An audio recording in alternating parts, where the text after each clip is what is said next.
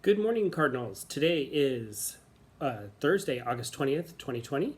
It's the feast day of St. Bernard.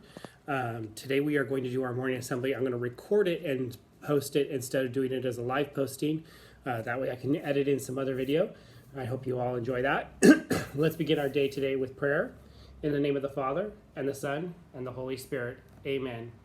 O Jesus, through the Immaculate Heart of Mary, I offer you my prayers, works, joys, and sufferings of this day, for all the intentions of your Sacred Heart, in union with the holy sacrifice of the Mass throughout the world, for the salvation of souls, the reparation of sins, and the reunion of all Christians, and in particular for the intentions of our Holy Father for this month. Amen. In the name of the Father, and the Son, and the Holy Spirit. Amen. Now we're going to go to Ashley for just a minute. Now it's time for the SLEs. Now let's say the SLE as a school together. At St. Cecilia School, students are faithful individuals of integrity who always strive for academic superiority while never forgetting to show a heart for compassion for all mankind. This week's SLE is faithful. Faithful means to be true to yourself and to others, to be loyal to others and to yourself, and to be devoted in everything you do and devoted in people you help. Thank you, Ashley. And now we're going to do the Pledge of Allegiance. So put your right hand over your heart. I pledge allegiance to the flag of the United States of America and to the republic for which it stands, one nation, under God, indivisible, with liberty and justice for all. God bless America.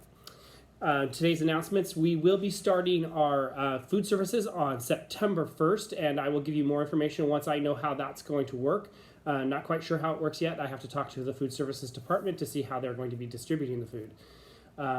Today we will be starting to send out information to parents on how to log into GradeLink. We have gotten into GradeLink, and our teachers are all logging into GradeLink right now.